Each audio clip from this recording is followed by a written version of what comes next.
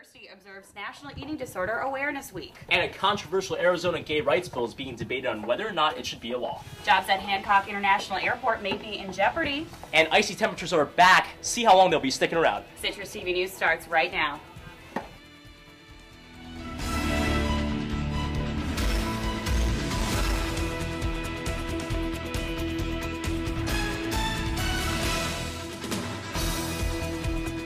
Good evening and welcome to Citrus TV News Live at 6. Today is Wednesday, February 26th, and I'm Hannah McDonald. I'm Brian Chung. Syracuse is observing National Eating Disorder Awareness Week with a variety of events throughout the week. That's our top story tonight.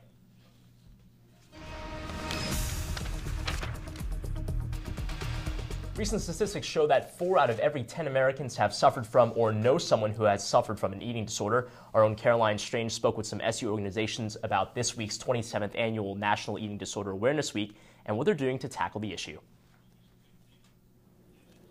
Active Minds has been working with several organizations on campus to help spread the word about National Eating Disorder Awareness Week events.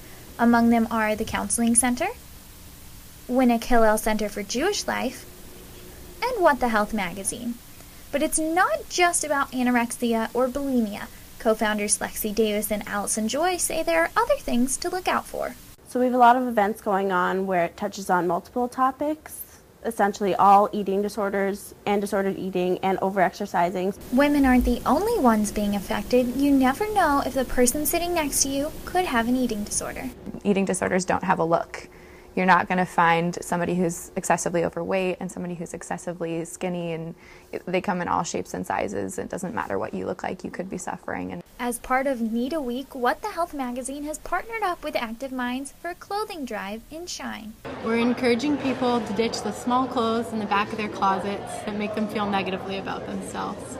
And we're encouraging them to love their bodies. Not only can you donate clothes, but you can also write encouraging messages on scraps of an old pair of jeans. People are really getting into writing these messages, especially about others. You know, that's what I'm most pleased to see. People walking through here with a friend, and they're like, geez, what should I write? Like, I'm not sure what to write, so much pressure. And I just say, what do you like about your friend's body? All clothing from the drive will be donated to the West Side Family Resource Center. Carrie's hopes to make the drive an annual event. Caroline Strange, Citrus TV News. And for more information about NEDA Week events, check out Active Minds' Facebook page at facebook.com/SyracuseActiveMinds. Another group on campus observing the National Eating Disorder Awareness Week is Hillel. The film Beauty Mark tonight will be shown at Hillel. It examines popular culture's emphasis on weight and personal stories from athletes will be there as well. The movie showing is at 7:30 p.m. in HBC Kittredge Auditorium.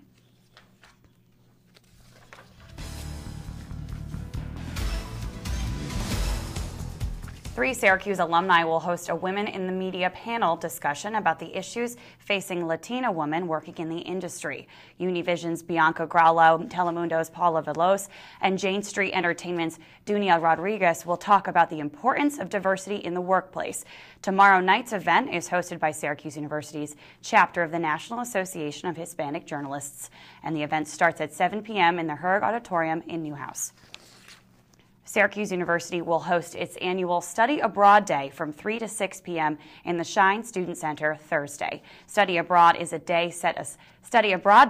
day set aside for students in all majors and every class level to learn about the more than 100 study abroad programs available through the university. Students will have the opportunity to also meet with representatives from the sister colleges abroad.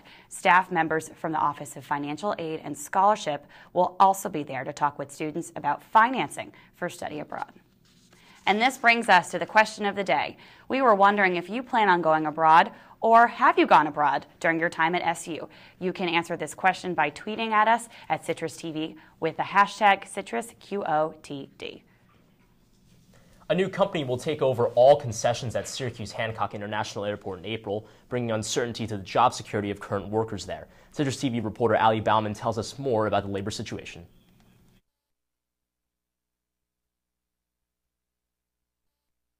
I had a crying phone call the other day, hysterical. How am I going to make ends meet? How am I going to make it to retirement? I'm in my 50s. What am I going to do? The waiters, bartenders, cashiers, and all the concession workers at Syracuse Hancock International Airport are scared because in 36 days, they might be out of a job. It's not 50 workers or 40 workers.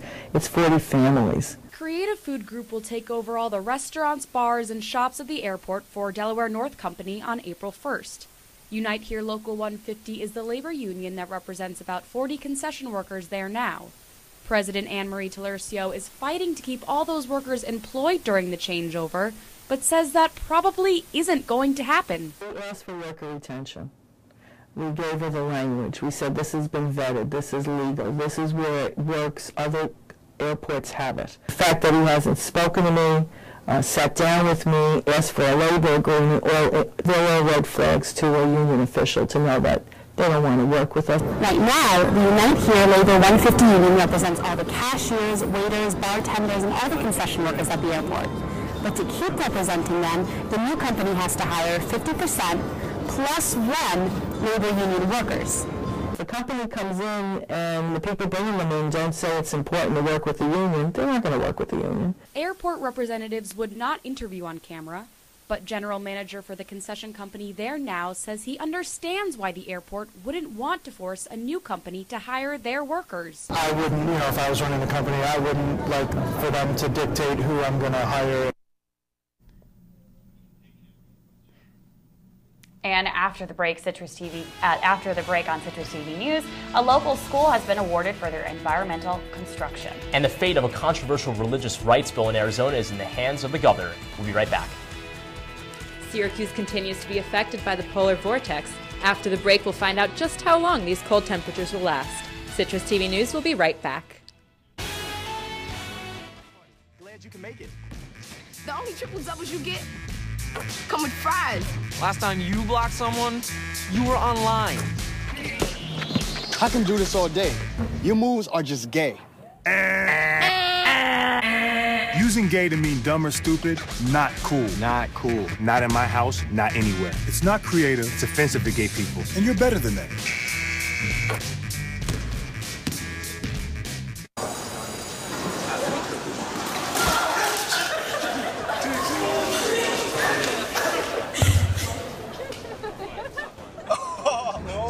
That's slow and blue. Look, he's blushing. Seriously.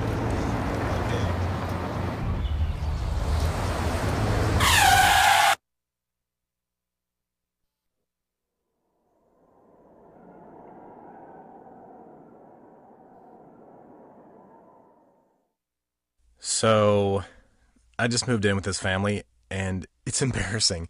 The little one, he likes to go outside and crawl around in the giant litter box. I don't know what he's doing. I mean, I was born and I knew how to use the litter box. Look at that. That's disgusting. Oh, poop already. You're making me nervous. Oh, okay, I can't look at this anymore. I really hope he grows out of this, for his sake. We are different. Society should aspire to be more like us. Be part of the first class. Get energized. Get outside. Hold on, guys. It's gonna get bumpy. And get moving. Experience the power of physical activity.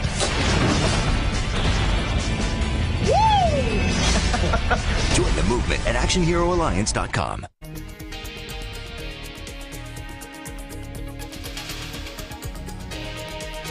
A new survey finds that Americans' attitudes towards the lives and choices of gay and lesbians have changed radically since a decade ago. Overall support for same-sex marriage jumped 21% from 32% in 2003. During this period, gay marriage became legal in 17 states, and the Supreme Court approved the Defense of Marriage Act, which gives more benefits to the LGBT community. Also, 56% of young people surveyed say that homosexuality is morally acceptable, and 71% say they have a close friend who is gay or lesbian. And a federal judge has struck down a bill today that would ban same-sex marriages in Texas. Judge Orlando Garcia says the ban has, quote, no rational relation to a legitimate government purpose. This decision marks the 5th time in recent weeks that a judge has overturned an anti-same-sex marriage law, with most citing the 14th Amendment's Equal Protection Clause. Judge Garcia has placed a stay on his ruling, and supporters of the ban are expected to appeal, but if the decision is upheld, Texas will become the 18th state to allow same-sex marriage. And a movie outing turned deadly in Oklahoma after police officers brutally beat and killed a man after a dispute. Luis Rodriguez was beaten to death outside of the theater after he tried to calm an argument between his wife and daughter. A group of police and theater security were at the scene at the time where the officer allegedly started beating the husband. Rodriguez's wife recorded the beating and the actions of the officers on her cell phone, where she asked the officers questions about her husband's condition. This story is still under investigation. And debates continue in Arizona as State Governor Jan Brewer decides to either pass or veto a controversial bill into law. The bill, titled SB 1062, amends the Religious Freedom Restoration Act, allowing businesses to deny services to gay and lesbian customers based on religious beliefs. Many Republican senators and political figures are urging Brewer to veto the bill, saying that the bill promotes discrimination. Large corporations like American Airlines and Apple have expressed their discomfort with the bill.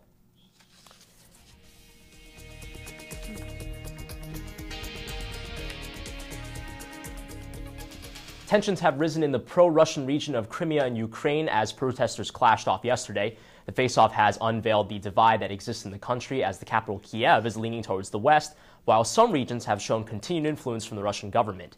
The tensions come as Ukraine's lawmakers are scrambling to put together a new government following the ouster of President Yanukovych. The lawmakers did announce May 25th as the election day for president and local positions. A newspaper in Uganda hurts many with their latest publication of a list of the country's top 200 gays. The list brings on fear that these individuals will find violence inflicted on them. This comes after the president of Uganda signed an anti-gay law. U.S. Secretary of State John Kerry says the signing of that bill represented a tragic day for Uganda and all those who care about human rights. Many people on today's list are already seeking for help to leave the country, according to a Ugandan gay activist that was outed in the paper today. And up next, Citrus TV's Monica Hammer will give us the full weather forecast. And which automaker has announced recalls? Find out after the break.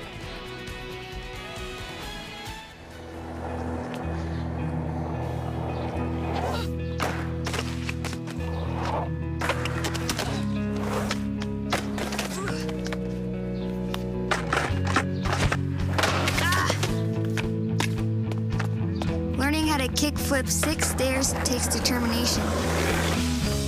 So will getting into college. I've got what it takes. So do you.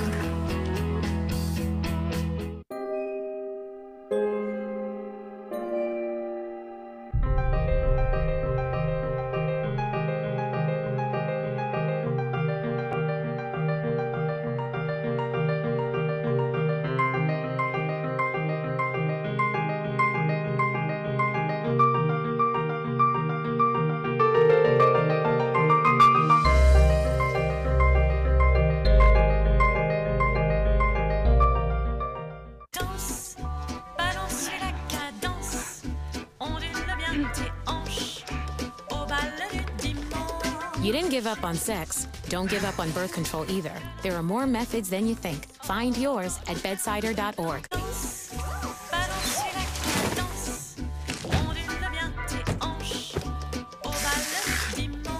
You didn't give up on sex. Don't give up on birth control either. There are more methods than you think. Find yours at bedsider.org.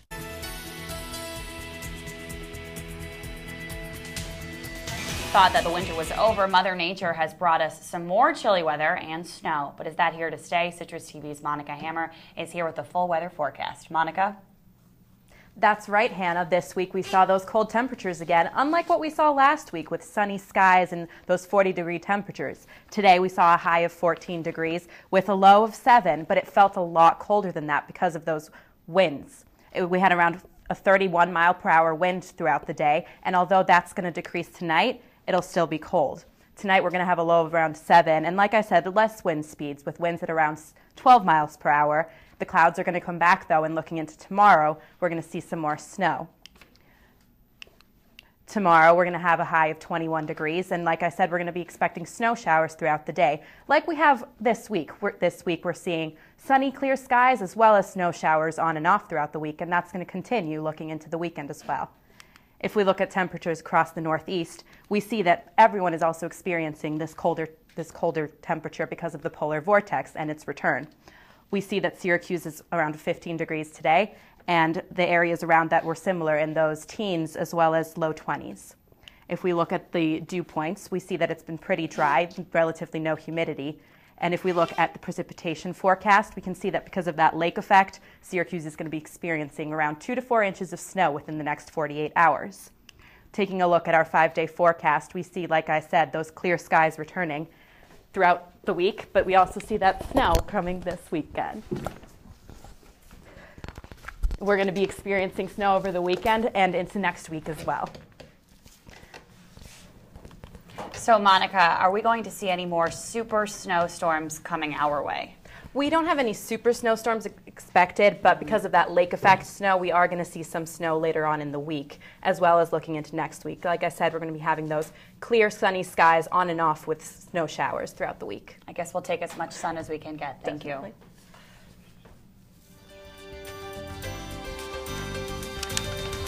New data shows childhood obesity rates have significantly dropped in the past decade. The Journal of the American Medical Association states that 8% of children ages 2 through 5 are obese, which is a 43% drop from 10 years ago. Researchers say they don't know the exact reason for the drop, but note that child care centers have improved the food that they provide. This announcement also comes close to the 4-year anniversary of Michelle Obama's Get Moving program. The program encourages children to participate in physical activities. Law enforcement officers do not want a repeat of last year on one iconic bridge. The Golden Gate Bridge marked a milestone in 2013 in a not-so-good way. 46 people leaped to their deaths in what has been called the deadliest year for suicides involving the Golden Gate Bridge. The Bridge Rail Foundation says that the high numbers of fatalities demonstrate the need for a safety net to be installed. For now, officials are working with law enforcement officers on bike patrols to prevent suicides on the bridge. They're having 2 to 4 officers on the bridge at all times on the sidewalks.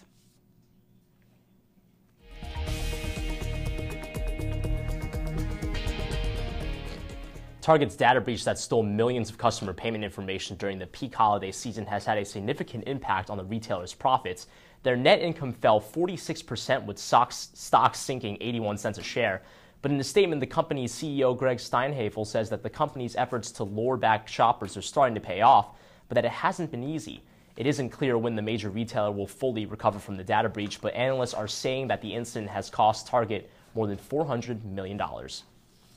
And General Motors is recalling more than 1.6 million vehicles worldwide due to faulty ignition switches.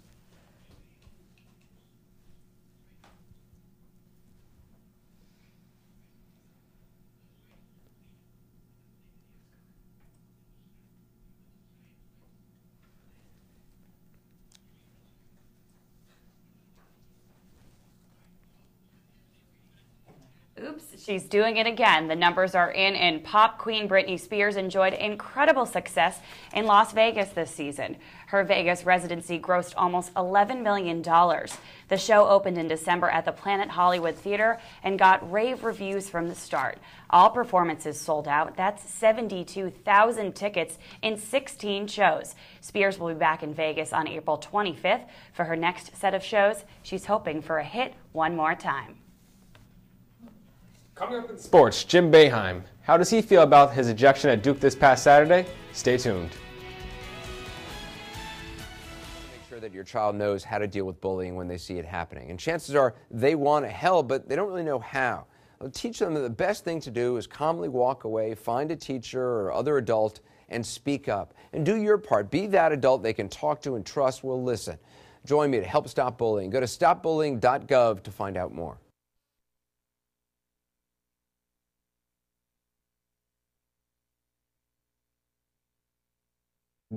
In the small town of Elmira, New York, a boy was born into an all-American family.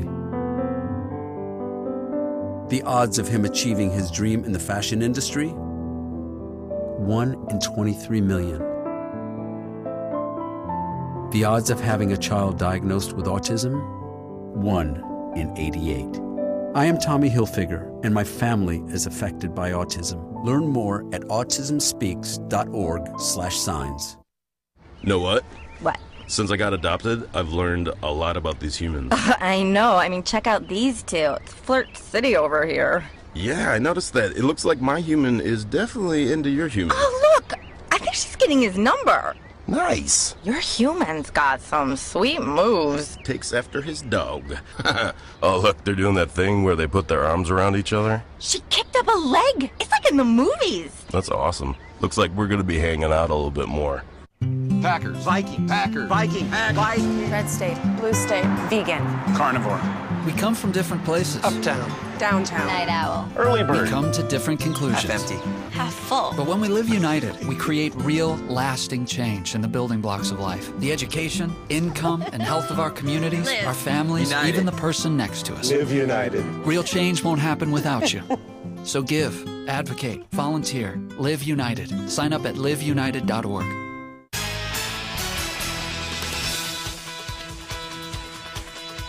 Syracuse women's lacrosse is ranked number 2 in the country. Was in Boston today to take on the Boston College Eagles, who are number 10 in the country. Both teams were undefeated this season. The Orange were down 4-3 at half, but Katie Webster's hat-trick gave SU their first lead of the game at 6-5 and never looked back as they went on to beat the Eagles 11-9 and increase their record to 5-0. Syracuse men's basketball coach Jim Boeheim was on ESPN's The Herd today and said that there was no question he went too far in the final seconds of SU's loss in Duke this past Saturday, where he was ejected from the game. So if you knew what you knew now, yeah, on just your reaction, yeah, would you have reacted that way? I think so. I think so. I still think it was a block, but I agree. You know, I just think, you know, again, the one negative was we still had a very slim chance to win the game. But, you know, we steal the ball, we foul them, they miss the free throws, and that's what I feel bad about, you know, taking that out of the equation. But I think Coach Boeheim also went on to say that his ejection didn't cost his team the victory, as Duke would have most likely hit their 2 free throws after they were fouled, and SU would have been down 4 with around 8 seconds left. Boeheim believes Syracuse's chances of winning in that scenario is mathematically impossible. The Wichita State Shockers visited Bradley last night, looking to make history as the first NCAA Division I men's basketball team to start their regular season off 30-0. But Bradley desperately needed a big-time win. Shockers' Tequil Cotton started the game out hot, with 8 points giving Wichita the lead, and the Shockers wouldn't look back. Darius Carter would finish the fast break and finish the game with 9 points. Wichita's Fred Van Vliet would bury the 3 as he finished with 11 points, and the Shockers would make history, increasing their regular season record to 30-0 on the year, a new NCAA record. A day after he was charged with 2 counts of possession of a firearm, New York Knicks point guard Raymond Felton was back at practice today talking about how he intends on finishing the season out with the Knicks, and that his teammates are not distracted by his arrest. Knicks head coach Mike Woodson said that Felton will start tomorrow night in Miami as the Knicks are 5.5 games out of the playoffs. The NHL came back from their 2-week-long Olympic break last night as the Buffalo Sabres took on the Carolina Hurricanes at home. The Sabres came into this game with the worst record in the NHL at 16-34, but were looking to turn things around against a mediocre Hurricane squad. Buffalo started off well with a goal by Christian Ehrhoff, but Carolina answered, tying the game 1-1 at the end of the second period. The Sabres would answer back with a rebound shot by Tyler Ennis, the NHL's Tyler Ennis, that is. Yet again, Carolina came back, tying the game with a 2-2 goal by Alexander Semin. The Sabres eventually got a second goal by Christian Ehrhoff and won the game 3-2 and got their 17th win of the season. The Sabres host the Bruins next tomorrow night at 7 and can be seen on the NBC Sports Network. A return home for local women's luge Olympian Erin Hamlin, who won bronze in women's singles at Sochi. She's expected to return to central New York tomorrow afternoon. The town of Remsen will be celebrating Hamlin's homecoming with a welcoming parade that will start at 5:30 p.m. Thank you so much, Ryan. Now, obviously, Syracuse coming off of that narrow win against Maryland this Monday, but our next game is against the ACC leaders, Virginia. What can you tell us about that? Well, it's going to be at Virginia, 4 p.m. game. It's going to be seen on ESPN. They're ranked number 12 in the nation, we're 4, but I think coming off of a good win in Maryland, Tyler Ennis had 20 points, Cooney was coming back. I think we'll have a good chance to win that because, like you said, the ACC regular season championship is at stakes, and I think we're going to have an A game on Saturday. And now, big-time basketball, Raymond Felton just charged with possession of a firearm. How do you think the Knicks are going to do with that on their brain? Now, he said that that's not going to be an issue with the teammates. However, I think it's going to be. They're playing Miami, the second-best team in the East. They have LeBron James. They're 5.5 games out of the playoffs. I don't think it's going to go over too well, unfortunately. All right. Thank you, Ryan. Thank you. Up next, we will take one more look at our weather. We'll be right back. Bad stats. Bad stats? Horrible stats. Here goes. 132. That's how many batters struck out 4 times in one game last season. Wow, very good. Here's a tough one, though. 3 and 4. No idea. That's how many kids witness bullying. 3 out of 4. That's not a good stat. No, it's not, but it can change. Kids want to help, but they don't know how. Visit stopbullying.gov and give them the tools they need to help prevent bullying. There are plenty of safe ways kids can help at stopbullying.gov.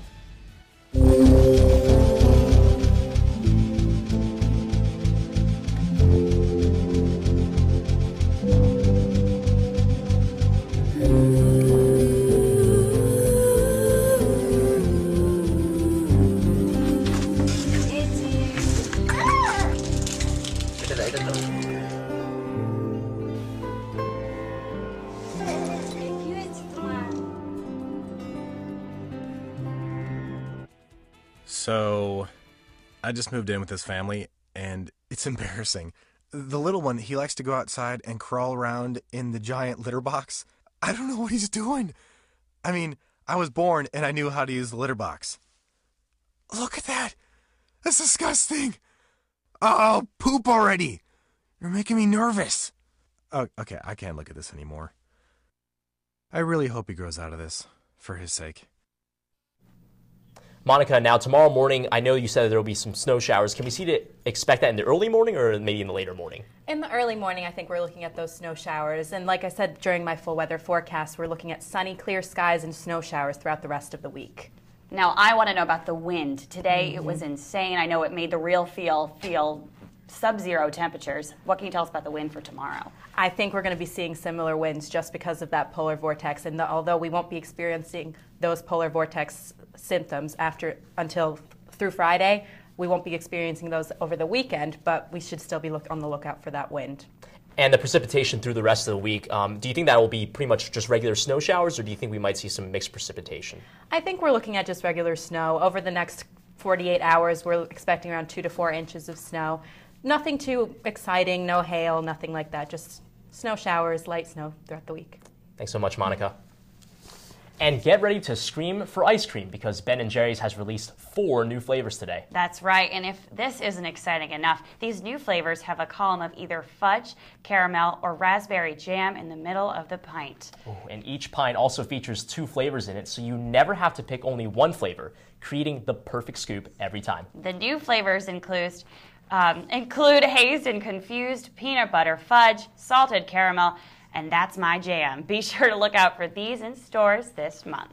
And that's it for Citrus TV News Live at 6. I'm Brian Chung. And I'm Hannah McDonald. Be sure to check us out on our website at citrustv.net and on Twitter at CitrusTV News. The answer to the question of the day, do that as well, CitrusQOTD on Twitter. Stay warm, Syracuse. Have a great night. Take care.